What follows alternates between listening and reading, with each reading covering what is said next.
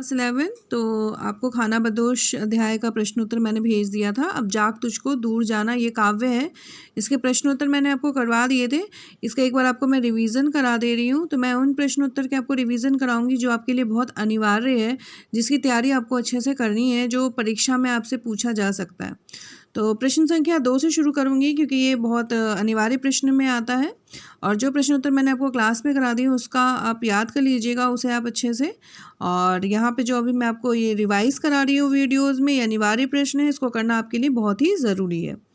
तो मोम के बंधन और तितलियों के पर, इसका प्रयोग कवित्री ने किस संदर्भ में किया है और क्यों किया है? तो मोम के बंधन का प्रयोग संसारिक मोहमाया के लिए किया गया है।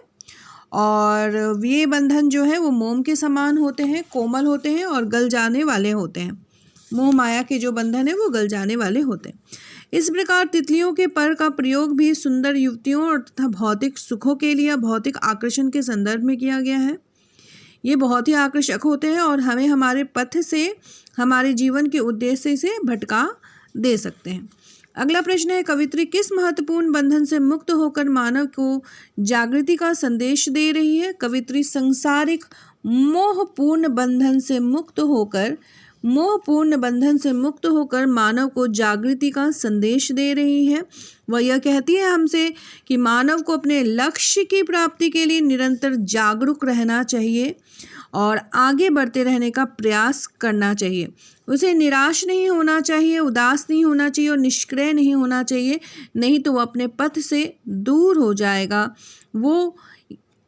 क्योंकि वो ये सब उसके मार्ग की एक रुकावट है, बाधा उत्पन्न कर सकते हैं। ये निराशा, उदासीनता, निष्क्रियता, ये उसके रास्ते के क्या है? बाधक तत्व हैं। इनसे उन्हें दूर रहना ताकि वो आगे बढ़ सके, ये उसे रोकने का काम कर सकते हैं। इसलिए मानव को जागृति का संदेश देते हुए लेखिका कह रही है कि मोहपूर्ण बंधन से दूर रहे, निराशा से, उदासीनता से, निष्क्रियता से दूर रहे। अगला प्रश्न यह भी अनिवार्य है, कविता में अमरता सुत का संबोधन किसके लिए किया गया है और क्यों किया गया है? तो कविता में अमरता सूत का संबोधन अमर ब्रह्मा के लिए किया गया है। उनसे उत्पन्न जीवात्मा, अमर ब्रह्मा से उत्पन्न जीव आत्मा अर्थात मनुष्य के लिए किया गया है। जो हम मनुष्य हैं, हमें अमरता सुत कहा गया है क्योंकि हम अमर ब्रह्मा से उत्पन्न हुए हैं। हम वो जीवात्मा है जो अमर ब्रह्मा से उत्पन्न हुए हैं, यह हम वो मनुष्य हैं जो कि स्वाधीनता की कामना करता है, क्योंकि मनुष्य ने मृत्यु का भय अपने हृदय में बसा लिया है। यहाँ पे स्वाधीनता की कामना की गई है वैसे मनुष्य के लिए जो हमेशा स्वाधीन रहना चाहता है। मनुष्य ने अपनी मृत्यु को, उस मृत्यु के भय को अपने हृदय में बसा लिया, वो मोह माया में फंस चुका है। जबकि उसे जिस पथ पर आगे बढ़ना है वहाँ मृत्यु का भय व्यर्थ है। उसे बिल्कुल भी मृत्यु से भय नहीं होना चाहिए, उसे आगे बढ़ना है। वो अमर ब्रह्मा से उत्पन्न जीवात्मा है। मनुष्य एक ऐसी जीवात्मा है जिसकी मृत्यु कभी होती नहीं। तो मनुष्य ने अपने हृदय में उस मृत्यु के भय को बसा लिया है। तो उस भय को निकालने के लिए संबोधन किया गया है। कविता में लेखिका ने कहा है कि आप उस ब्रह्मा से जन्म लिए हो जो अमर है। शरीर नष्ट हो जाए परंतु हमारी आत्मा सदैव जीवित रहती है। इस मृत्यु का भय को हमें अपने मन से निकालना है। इसके बाद है, निम्नलिखित पंक्तियों का काव्य सौंदर्य आपको स्पष्ट करना है। तो पहला है विश्व का क्रंदन। तो इसका काव्य सौंदर्य, भाव सौंदर्य जो है वो आपको देखिए, पहले मैं इसके वाक्य आपको पढ़ के बताऊंगी ताकि आपको ये वाक्य समझ में आ जाए। विश्व का क्रंदन भुला देगी मधुप की मधुर गुनगुन, क्या डुबा देंगे तुझे यह फूल के दल ओस गीले, तू ना अपनी छां को अपने लिए कारा बनाना, जाग तुझको दूर जाना। अब इसके अर्थ को समझने का प्रयास कीजिए, लेखिका क्या कहना चाहती है। भौरों की मधुर गुंजार दुख के कारण रोते बिलखते विश्व के विलाप को नहीं भुला सकती है। भौरों की जो गुंजार है वो विश्व के उस दुख को, विलाप को नहीं भुला सकती है। फूलों की पंखुड़ियों पर फैली हुई ओस की आकर्षक बूंदें आपके दृढ़ प्रतिज्ञा को, व्यक्ति को नहीं डुबा सकती है। तुम अपनी परछाई को अपना बंधन मत बनने देना, अर्थात मार्ग में विश्राम मत करने लगना। तुम निरंतर जागरूक बने रहना, क्योंकि तुम्हें आगे बढ़ना है, तुम्हें अपने लक्ष्य की प्राप्ति करनी है। यहाँ कवित्री यह कहना चाहती है कि स्वाधीनता प्राप्ति के लिए देशवासियों को संसार के मोह माया को और भौतिक आकर्षणों को, सुखों को, सबको छोड़ना होगा कि नश्वर बंधनों से मुक्त होकर आगे बढ़ते रहना चाहिए। ठीक है। और अगला है कह न ठंडी सांस। इसके वाक्य देखिए, कह न ठंडी सांस में अब भूल व जलती कहानी, आग हो उर में तभी दृग में सजेगा आज पानी।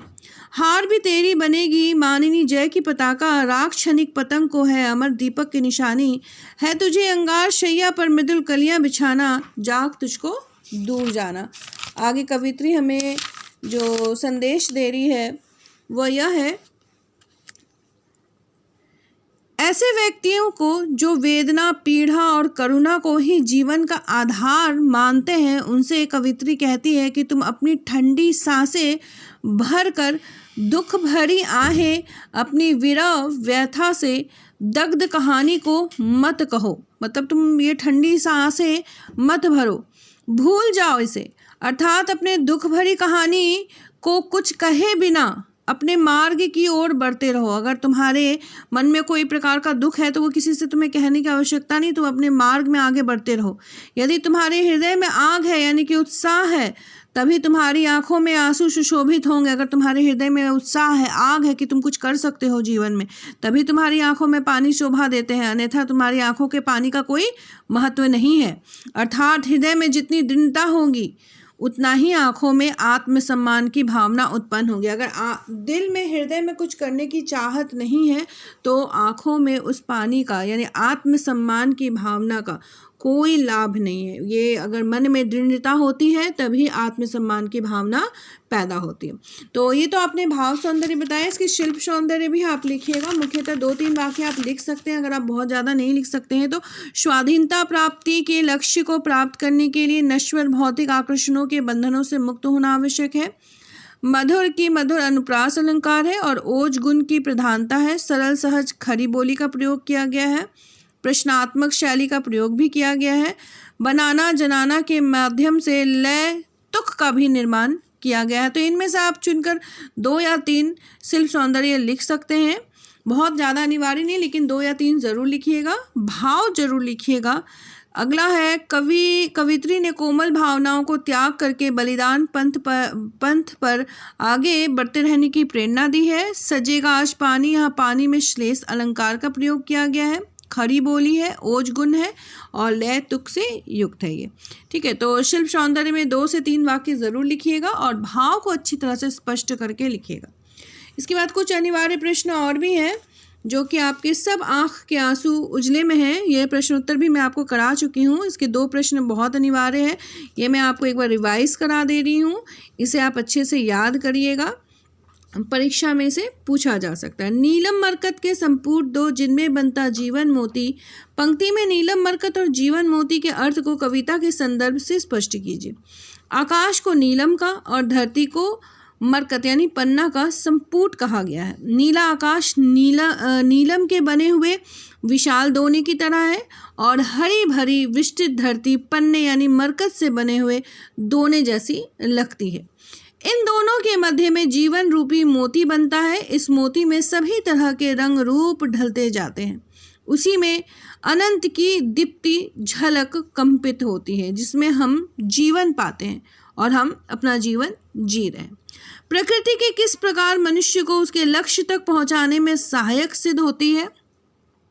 तो प्रकृति किस प्रकार सहायक सिद्ध होती है आपको बताना है, कविता के आधार पर स्पष्ट करना है। तो प्रकृति मनुष्य को स्वयं का उत्सर्ग कर दूसरों का कल्याण करने, करुणा की भावना, वेदना की अनुभूति करने तथा सभी के लिए सुख व आनंद प्रदान करने की अभिलाषा रखने के भाव को अपनाने की सीख देती है। क्योंकि प्रकृति अपने लिए नहीं जीवित रहती है, वो हमारे लिए जीती है, जिससे मनुष्य को अपने लक्ष्य तक पहुंचने में सहायता मिलती है। प्रकृति के विभिन्न उपादान जैसे पर्वत, झरने, सागर, धरती, फूल आदि ये दूसरों को सुख पहुंचाते हैं और ये सीख हमें निरंतर देते हैं कि आप अपने लिए नहीं दूसरों के लिए जीवन जीना सीखिए और दूसरों का कल्याण करना सीखिए। ठीक है, तो ये 2 बहुत अनिवार्य प्रश्न थे, इसे मैंने आपको एक बार अच्छे से फिर से समझा दिया। इसे लिखिए, लिखा हुआ तो है ही आपके पास, इसे आप अच्छे से याद कर लीजिए। ओके क्लास 11, धन्यवाद।